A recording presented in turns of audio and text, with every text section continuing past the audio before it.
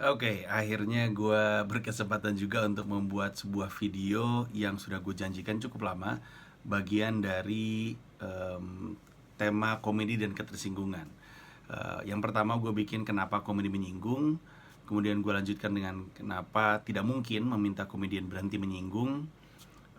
Kali ini sesuai janji kita akan bahas soal anatomi materi stand up yang kontroversial. Di sini kita akan bahas tentang bagaimana caranya mengolah sebuah topik yang kontroversial untuk bisa menjadi sebuah joke.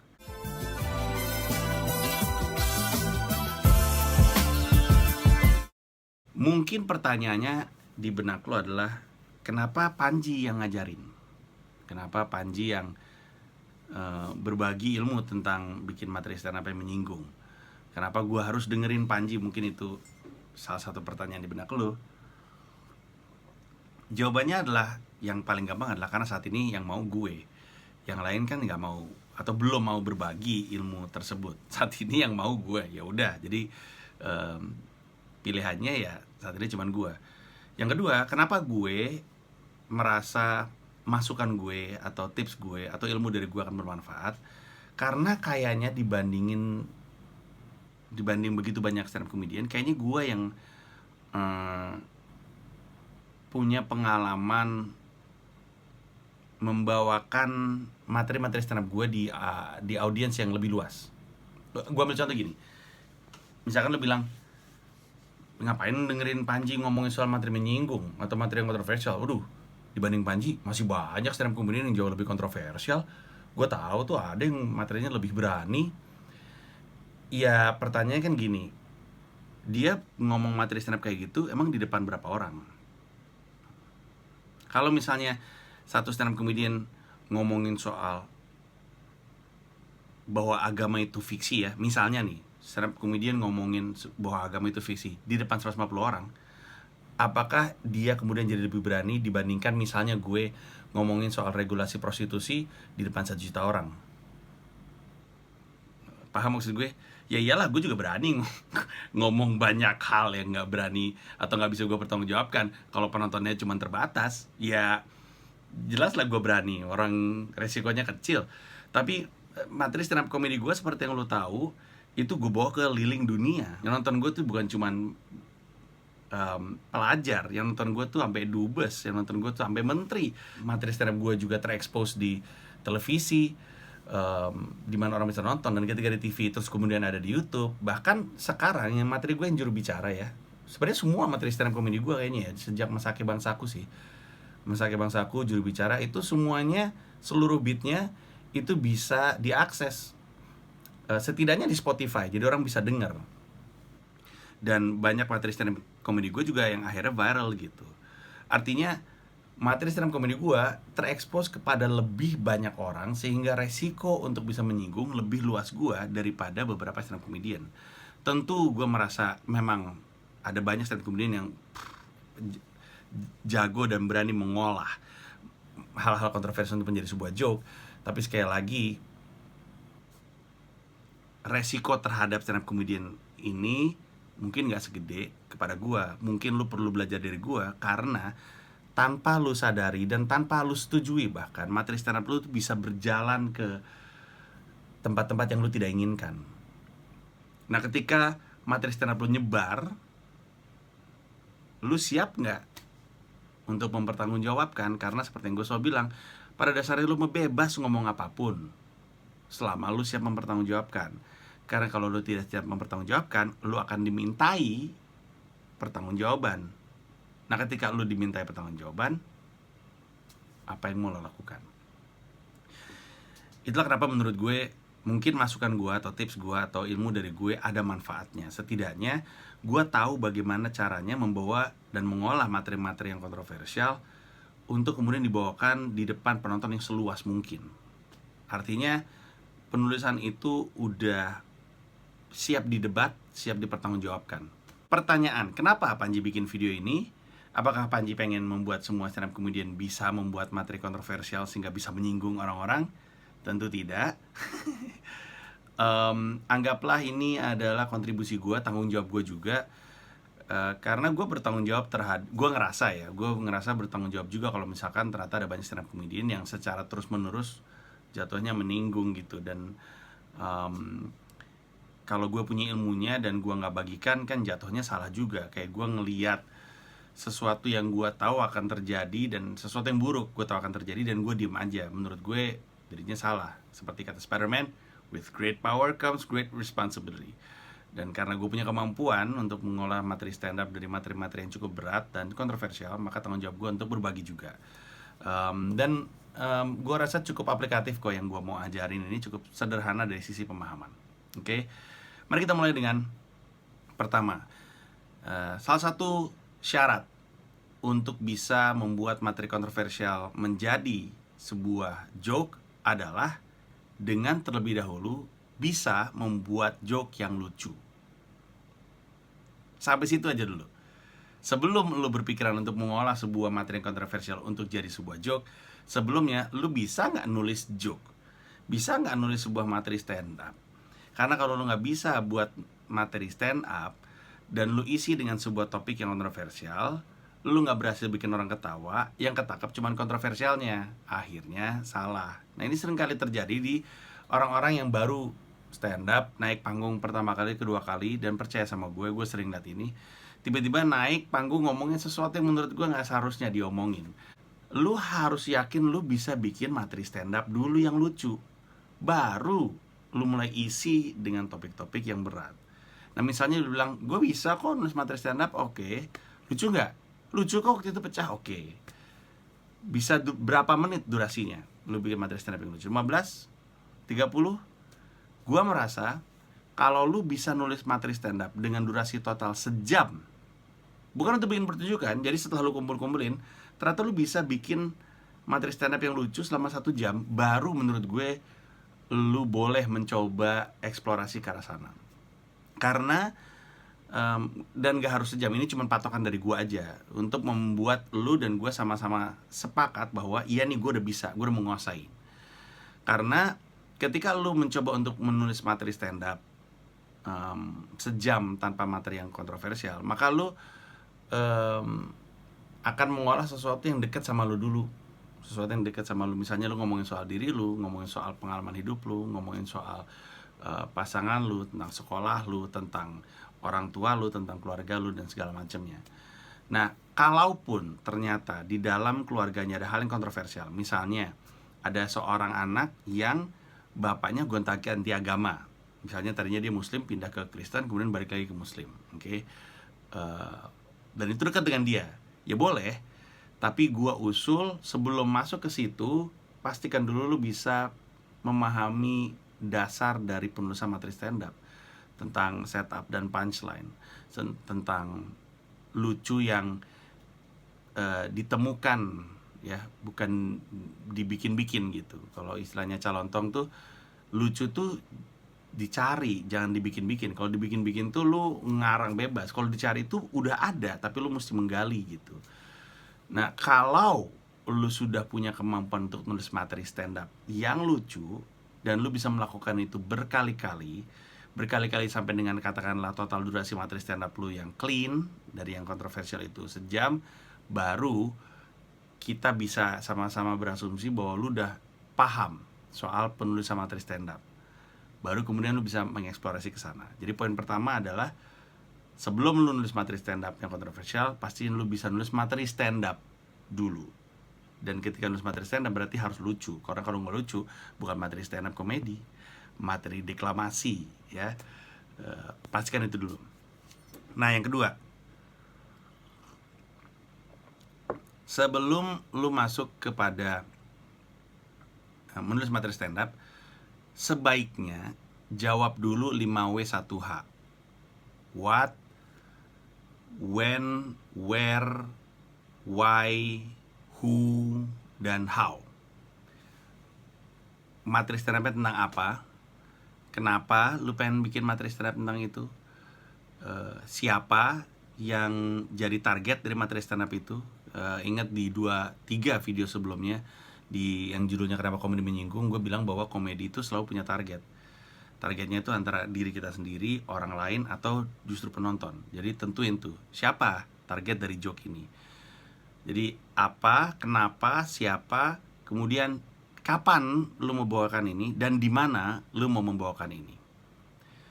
Kalau lu bisa jawab pertanyaan ini, dan jawabannya solid ya, jawabannya jelas, nggak dibikin-bikin, ya tolong jujur aja sama dirinya sendiri, baru lu boleh melanjut ke yang terakhir, yaitu how. Bagaimana lu mau mengolah materi ini. Kenapa ini penting? Karena banyak orang bahkan tidak sadar di mana dia bisa, kapan dia bisa membawakan materi ini. Banyak orang yang belum tahu siapa yang harusnya jadi target dari materi stand up ini. Gue ambil contoh gini. Misalnya materi stand up-nya, what-nya adalah tentang pemerkosaan. Oke. Kenapa kita mau ngebahas soal pemerkosaan ini? Alasannya apa? Keresahan apa yang ada di dalam diri lu sehingga lu pengen ngebahas ini? Nah, dalam konteks gue misalnya, karena gue kesal bukan main ngelihat orang-orang yang secara berulang-ulang terus menyalahkan perempuan ketika pemerkosaan itu terjadi. Buat gue, itu sangat tidak masuk akal, sangat merendahkan perempuan, sangat kurang ajar dari sisi laki-laki, dan sangat memalukan ketika masih selalu berulang-ulang terjadi diucapkan sama orang-orang di media dan di halayak umum. Menurut gue sangat memalukan kalau sampai hari ini masih ada orang yang bilang bahwa pemerkosaan terjadi karena salah perempuan dan pakaiannya. Karena seperti yang gue bahas di joke gue, pakaiannya seperti apapun, kadang-kadang terjadi pemerkosaan kok. Anak SD dengan berpakaian normal bisa terjadi pemerkosaan. Faktanya mengatakan ada orang berjilbab tetap diperkosa. Jadi bukan karena pakaian. Mari kita akui dan kita sadari salahnya adalah salah laki-laki. Itu adalah alasan utamanya. Jadi what-nya pemerkosaan, kemudian why-nya adalah karena kekesalan yang begitu tinggi. Dan menurut gue, kalau gue punya kemampuan untuk mencoba mengubah keadaan, setidaknya mencoba menanamkan pemikiran di benak orang yang tadinya berpikir seperti gue bisa mencoba untuk mengubah keadaan. Terus where dan when, ini penting. Di mana gue bisa membawakan ini, kapan gue bisa membawakan ini. Menurut gue ini krusial, karena materi ini membutuhkan kedewasaan. Tidak semua orang bisa mengerti materi-materi stand up seperti ini. When and where-nya adalah untuk gue di sebuah pertunjukan yang kita bisa pastikan penontonnya 15 tahun ke atas. Itulah kenapa penonton gue rata-rata 15 tahun ke atas.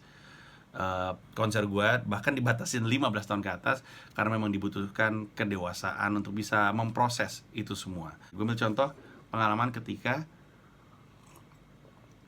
gue bikin audisi opener juru bicara Jakarta. Waktu itu gue buka kesempatan untuk komunitas dari 10 komunitas di sekitar Jabodetabek. Ada Jakbar, Jakput, Jakbar, Jakput, Jakpus, Jaktim, Jaksel, Depok, Bekasi, Cikarang, Bogor, gitu-gitulah. Masing-masing ngirimin satu. Kemudian mereka gue minta untuk stand up di sebuah semacam audisi gitu. Yang dilakukannya di area bukan food court ya, gue nggak tahu namanya apa, di kota Casablanca. Jadi mohon dipahami, ini semua orang lagi makan, terus ada panggung di situ, acaranya di situ. Gue udah bilang bahwa tolong diingat ya, bahwa ketika lu mau ikutan audisi ini, di kepala lu sadari bahwa lu akan jadi opener gue. Oke, harusnya itu adalah tips yang cukup untuk membuat lu tahu kira-kira apa yang mesti dibawa. Gue terkejut, dan memang harus gue akuin banyak anak-anak remaja gitu ya, masih 20-an gitu lah, kadang lebih muda lagi untuk ikutan. Jadi mungkin masih ya belum pintar baca keadaan. Tapi gue sangat terkejut ngelihat begitu banyak stand up comedian bawain materi yang bukan hanya jorok dari sisi kata, ya dia menggunakan kata yang jorok, konteks kata joroknya juga beneran jorok. Dan joroknya bukan hanya pornografik, joroknya benar-benar menjijikkan. Dan dia lakukan itu di food court. Akhirnya waktu gue mau mutusin siapa yang menang, gue terlebih dahulu minta maaf sama semua yang ada di food court. Saya minta maaf, ini salah saya. Kalau ternyata peserta-peserta saya ngomongin hal-hal yang tidak semestinya dilakukan di sebuah tempat makan. Nah jadi, what-nya pemerkosaan, why-nya karena keresahan, where dan when-nya adalah tempat-tempat tertentu yang gue bisa pastikan penontonnya terseleksi. Who, nah ini krusial. Siapa yang jadi target joke-nya? Who, siapa yang jadi target dari joke ini? Setelah kita bahas apa joke-nya, what, kemudian why, when, and where, who, siapa targetnya? Ketika lu mau menulis materi stand up comedy yang datang dari topik-topik kontroversial, lu harus bisa punya kemampuan untuk menentukan dengan benar target dari joke tersebut. Sekedar mengingatkan, semua joke ada targetnya. Semua materi stand up itu punya targetnya. Kita ketawa karena ada yang diketawakan. Jadi, dalam konteks materi yang kontroversial, kita harus pinter-pinter menentukan targetnya, who-nya. Nah, tips ini penting. Tips ini gue dapatkan dari John Max. John Max ini adalah penulis late night. Dia nulis late night Tonight Show pada zamannya Jay Leno. Dan dia sama Jay Leno belasan tahun kalau gue nggak salah. Lalu dia menulis buku judulnya Monologue. Nah, di buku itu dia jelasin bagaimana caranya. Dia punya kemampuan ini karena sebagai penulis late night, tentu monolognya si pembawa acaranya, hostnya, dalam hal ini Jay Leno, itu pasti ngebawain joke dari berita-berita yang terjadi. Nah, kadang-kadang beritanya kontroversial atau sensitif, tapi bagaimanapun kan harus diolah jadi sebuah materi komedi. Nah, dia bilang, kalau kita mau bikin materi stand up dari sesuatu yang sensitif atau kontroversial, pertama-tama sadari dulu, dalam sebuah kejadian kontroversial, dalam sebuah topik kontroversial ini, yang bego siapa? Yang bego dari kejadian ini siapa? Nah, itu target kita. Hati-hati, jangan sembarangan. Dalam konteks misalnya joke gue yang pemerkosaan, siapa targetnya? Nggak mungkin korban dong. Kan bukan korban yang bego dalam hal ini. Siapa yang bego? Siapa yang kita jadiin target? Menurut gue, dalam kejadian pemerkosaan, yang bego adalah orang yang masih ngotot bahwa pemerkosaan itu terjadi karena pakaian perempuannya. Menurut gue, itu nggak masuk akal. Yang bego dia. Nah, dia yang dijadiin target. Dan dalam joke tersebut, pada akhirnya memang targetnya ke situ. Nah, ini krusial untuk memahami bahwa kita harus punya kemampuan untuk menentukan target yang tepat. Oke? Tapi tolong diingat, dalam sebuah kejadian kontroversial atau dalam sebuah materi yang sensitif, tidak serta-merta yang bego itu bukan pelakunya. Pelakunya bisa aja kita jadiin target, gitu ya. Misal, gue ambil contoh gini. Ini sesuatu yang ada di kepala gue sejak lama, tapi belum sempat gue olah dari sebuah joke. Waktu gue kecil, gue pernah ngeliat bokap gue lagi nonton TV. Di TV lagi ada tayangan tentang ada pesawat Indonesia, ini kejadian di Indonesia, kebakaran parah apinya. Terus ada pemadam kebakaran berusaha memadamkan api tersebut. Bokap gue yang nonton berita itu ketawa. Gue bingung dong, ini kan bencana, kok diketawain? Gue tanya sama beliau, ayah kenapa ketawa, itu kan bencana gitu. Terus bokap gue bilang, kamu nggak ngerasa ada yang salah? Terus gue perhatiin, gue masih kecil kan, jadi gue nggak ngerti. Dia bilang, ini pemadam kebakarannya berusaha madamin pakai air. Pesawat itu kebakar karena aftur.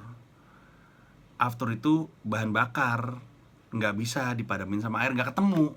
Harusnya pakai aparatus yang sifatnya busa atau apa ya, gue juga kurang paham. Tapi intinya adalah, ini ada pemadam kebakaran yang harusnya terlatih untuk mengatasi kayak gitu, malah mencoba untuk memadamkan pesawat terbakar dengan disiram air. Pada akhirnya, setelah berjam-jam, padam juga. Tapi bukan karena disiram sama pemadam kebakaran, karena afturnya habis, nggak ada lagi yang bisa dibakar. Nah, siapa yang blow on di situ? Menurut gue, pelakunya dalam hal ini adalah pemadam kebakarannya. Gue nggak tahu ya, bisa jadi salah pemadam kebakarannya, bisa jadi pemadam kebakarannya nggak dilatih. Tapi gue sangat ragu. Gue nggak ngerti sebenarnya apa yang terjadi. Kok pemadam kebakaran bisa nggak tahu hal-hal basic seperti ini. Nah, artinya kita harus bijak dan pintar untuk membaca sebenarnya yang blow on yang siapa. Dan dalam rangka mencari siapa yang bego, dalam rangka mencari siapa yang blow on, harus menggali kebenarannya. Karena sejujurnya bukan hanya itu membuat beat lu bisa diargumenkan ya, lu bisa bener-bener 100% ada di belakang beat itu. Yang benar lucu. The truth is funny. That's why seek for the truth. Cari yang benar seperti apa. Jangan malas dan jangan berhenti di sesuatu yang kasat mata gitu. Ya, jadi kita udah bahas, sebelum lu ngomongin sebuah materi stand up yang kontroversial atau yang sensitif, tentuin dulu 5W 1H-nya, terutama 5W-nya. Apa materi stand up-nya, kenapa lu mau ngebahas itu, di mana dan kapan lu mau ngebahas itu lu mesti tahu, dan siapa yang jadi target. Oke. Nah, setelah lu mampu untuk menjawab 5W itu, mari kita masuk ke 1H, yaitu how. Bagaimana kita mengolah materi stand up ini yang sensitif jadi bahan tertawaan. Oke, kita geser nih. Nah, ketika kita ngebahas how, bagaimana cara mengolah materi sensitif atau kontroversial jadi sebuah joke, ada dua poin penting yang kita mesti sadari. Kenapa cara mengolahnya itu penting? Karena satu, besar kemungkinan topik kontroversial itu terlalu getir untuk diketawain, terlalu sedih kita, terlalu pahit, terlalu menyakitkan. Tapi seringkali itu tetap harus kita usahakan untuk jadi sebuah materi lawakan, karena seperti yang gue pernah bahas di beberapa video sebelumnya, kadang-kadang kita harus bisa punya kemampuan untuk menertawakan keadaan gelap ini, karena kalau nggak kita stres. Dan kalau mau kita bantu orang untuk bisa menertawakan keadaan ini supaya mereka tidak stres. Nah, dan yang kedua adalah kenapa kita mesti mikirin how-nya, adalah karena kalau kita salah, orang jadi tersinggung. Jadi ada dua poin utama kenapa how, bagaimana mengolah materi itu jadi penting. Karena pertama, itu gelap sekali, takutnya kita gagal untuk menemukan tawa gitu ya, karena terlalu menyakitkan. Dan kedua adalah karena kalau kita salah mengolahnya, orang jadi tersinggung. Nah, yang pertama tentang kegetiran. Ini tips yang mau gue kasih tahu, ini tidak berlaku umum, tapi ini seringkali gue gunakan.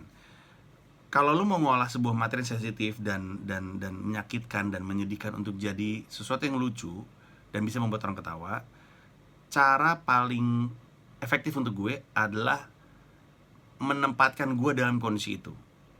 Jadi yang lu ketawain bukan sensitivitasnya, tapi kelakuan gue di dalam kondisi itu. Gue ambil contoh, untuk yang nonton Juri Bicara pasti tahu tentang materi gue tentang G30 PKI tahun 65. Gue ngebahas soal pembantaian orang Indonesia atas nama Pancasila. Pada saat itu semua orang diburu atas nama Pancasila tahun 65.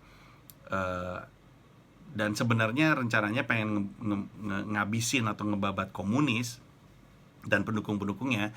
Tapi pada prakteknya, musuh-musuh politik atau lawan-lawan politiknya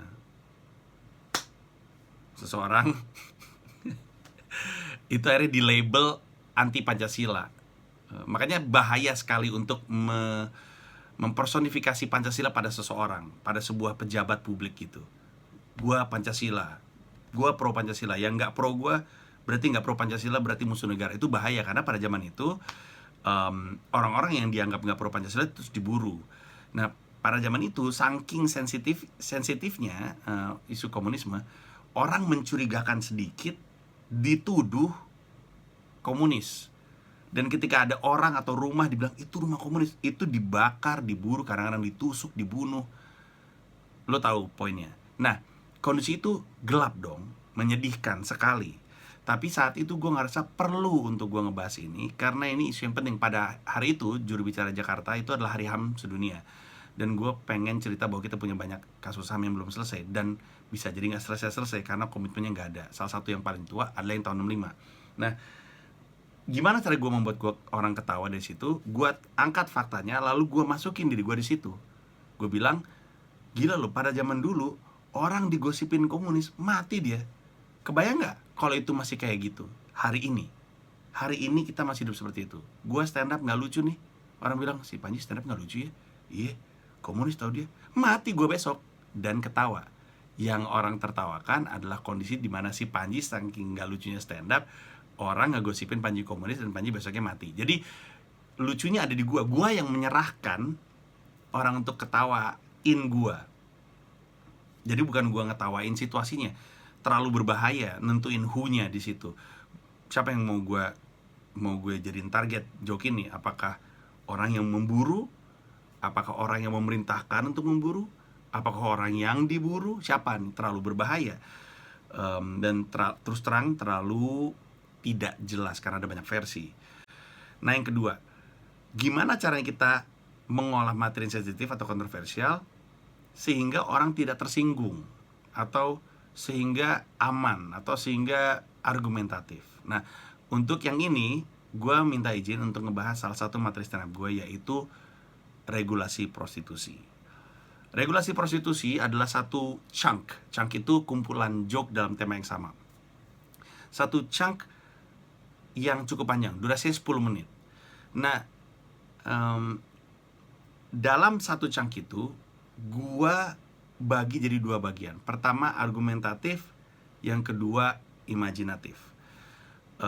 Argumentatif adalah, dan ini sering gua gunakan di joke-joke yang lainnya, apapun itu, kalau misalnya lu tonton lagi dari awal sampai akhir karir gua 2011, bahkan 2010 waktu gua masih stand up di private concert, lu akan sadar bahwa sebelum gue bisa bermain-main dengan topik kontroversial ini, gue berargumen dulu. Sampai kepada satu bagian dimana lu susah untuk ngelawan argumen itu. Gue nggak gitu setuju dengan Panji, tapi saat ini gue nggak kepikir jalan atau jawaban yang lain selain dari yang Panji kasih tahu. Ya, contoh yang paling enak adalah materi regulasi prostitusi. Perhatiin baik-baik. Setengah pertama gue berargumen, menunjukkan sama lu bahwa gue ngomong kayak gini beralasan dan punya bukti. Karena gue sadar pembahasannya akan panjang, di awal gue langsung nyari ketawa dengan memanfaatkan reaksi penonton. Jadi yang dibecandain targetnya adalah penonton sendiri. Perhatiin gue menggunakan istilah yang lebih keras, yaitu legalisasi. Belakangan gue perlembut dengan regulasi. Ini Doli tutup, terus Keramat Tunggak Jakarta udah lama, di Bandung Saritem tutup semua. Dan terus terang, gue dengernya agak sedih, karena kalau lu tanya gue pro legalisasi prostitusi. Gue seneng nih, di seluruh dunia hening sama. Kayak gue bilang, legalisasi prostitusi, seorang orangnya. Si anjing ngomong apa barusan?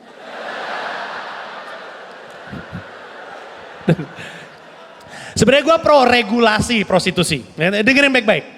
Sebelum lu merasa gue adalah utusan Dajjal dari neraka yang diturunkan ke muka bumi untuk menghancurkan umat manusia,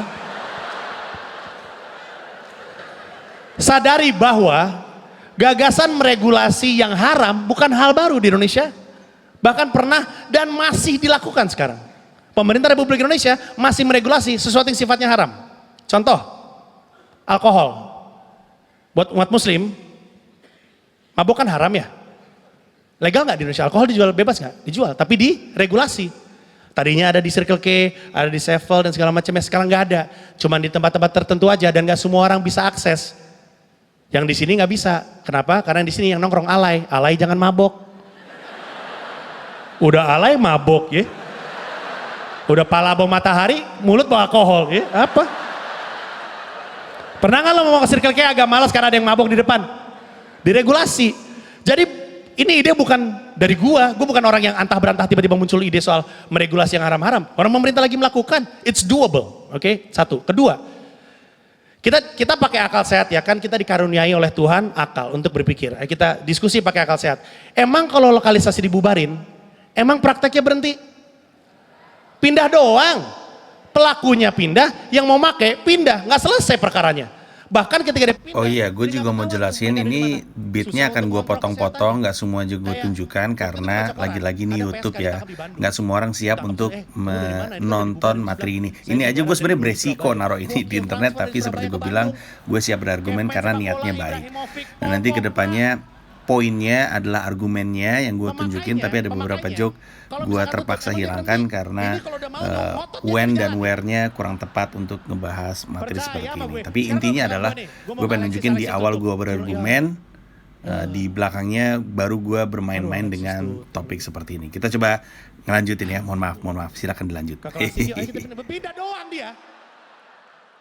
Silakan cari tahu sendiri, negara yang meregulasi prostitusi menurunkan angka penyebaran HIV/AIDS hingga 46%. It's crazy number.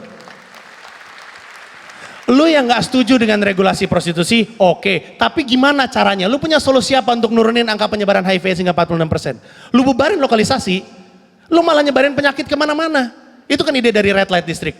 Di Belanda kan ada Red Light District. Dan biasanya orang bilang, astagfirullahalazim. Meregulasi prostitusi, itu pasti bangsanya moralnya bejat. Kriminalitas tinggi.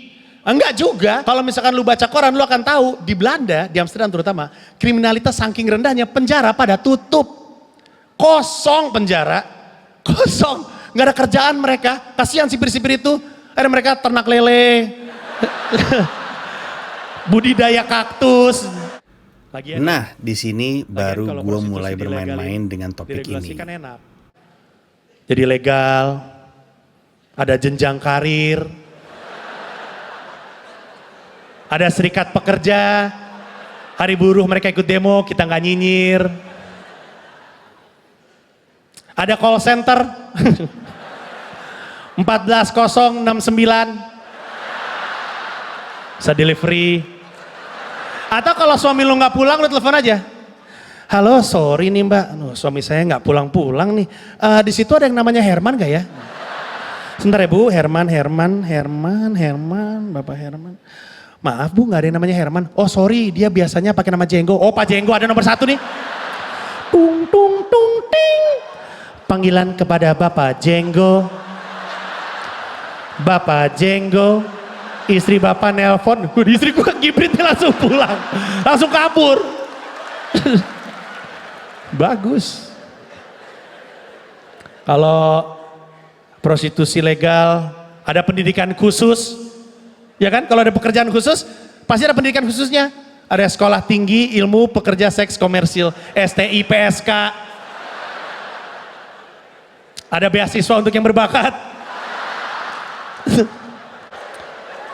Ada anak malas belajar. Nak, kamu tuh mau jadi apa sih? Kok malas banget belajar? Lihat kakak kamu Jablay, sukses sekarang.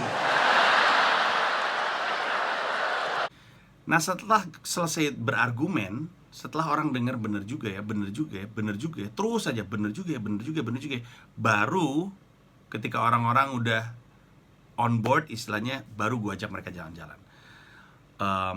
Setelah itu gue mulai main what if, bagaimana seandainya regulasi prostitusi terjadi dan prostitusi jadi legal. Setelah itu gue bisa bermain. Nah ini adalah cara yang sering banget gue pakai, dan menurut gue cara yang sebaiknya lu gunakan supaya lu ketika nulis tuh tahu persis semua sisi dari materi kontroversial ini. Kenapa lu mau ngulik segitunya? Karena di awal kita bahas soal why. Kenapa lu mau ngebahas itu? Kalau emang alasannya dalam, alasannya dekat dengan diri lu, alasannya penting untuk lu, maka lu akan bersedia kerja keras untuk beat itu, sebagaimana gue kerja keras untuk beat regulasi prostitusi. Gue berpikir, gue berargumen, ini argumentasi gue, dan gue beranikan diri untuk membawa ini ke seluruh dunia. 4-5 benua termasuk di Afrika. Nah, setelah argumen gue udah gue lempar, belum tentu mereka setuju, tapi mereka ngerti cara pikirnya Panji. Mereka bahkan dalam hati sadar, ini orang bukan cuma pengen nyampah, ini orang pengen ngasih tahu sesuatu yang baik gitu. Setelah kita menangkan itu pikiran dan hati mereka, baru kita ajak bermain-main. Menjadi stand up comedian adalah bukan hanya sebuah kebanggaan, tapi sebuah tanggung jawab yang besar menurut gue. Karena berdiri di panggung dan membicarakan pikiran lo adalah kekuatan. Dengan kekuatan yang luar biasa itu, gue berharap kita semua bertanggung jawab sama kekuatan itu. Jangan sembarangan. Karena kita kan pengen bikin orang ketawa, bukan pengen bikin orang tersinggung gitu. Nah, ini menarik nih. Kalau ternyata kita udah ngelakuin semua tadi yang gue udah bahas tadi, terus tetap ada yang tersinggung, apa yang mesti dilakukan? Nah, itu adalah pembahasan video selanjutnya, karena sekarang sudah sangat panjang. Untuk sekarang gue berterima kasih udah ngikutin dari awal sampai akhir. Moga-moga ilmu gue ada manfaatnya. Kalaupun enggak juga nggak apa-apa, setidaknya lo tahu, setidaknya gue udah berusaha, setidaknya gue bisa bilang si Panji tidak diam saja melihat kondisi saat ini, di mana orang-orang banyak tersinggung dan banyak komedian jadi kebingungan gimana cara gue mengolah materi. Setidaknya gue nggak diam, setidaknya gue melakukan apapun yang gue bisa, dan kalau ada manfaatnya alhamdulillah, dan moga-moga gue bisa punya kontribusi di stand up comedy Indonesia atau komedi secara umum. Nah, yang berikut ini juga penting, mungkin lu nggak mau tahu, tapi menurut gue lu perlu tahu tentang apa yang kita mesti lakukan kalau ternyata kita udah melakukan riset, udah nulis serapih mungkin, udah melakukan persiapan yang sangat matang terhadap semua materi stand up, tapi ternyata tetap ada yang tersinggung. Apa yang kita mesti lakukan itu minggu depan. Untuk sekarang sekian dulu. Terima kasih banyak. Saya senang sekali. Terima kasih. Aku suka itu, perfect bagi aku gitu. Ada ilmunya. He was really good. Standing applause buat Panji. It's hilarious and interesting. I liked it. It's very inspiring, like Lucu. Lucu banget. so happy. Kocak banget emang. Really enjoyed it. It was really funny. Bagus banget show-nya ya. We love Panji.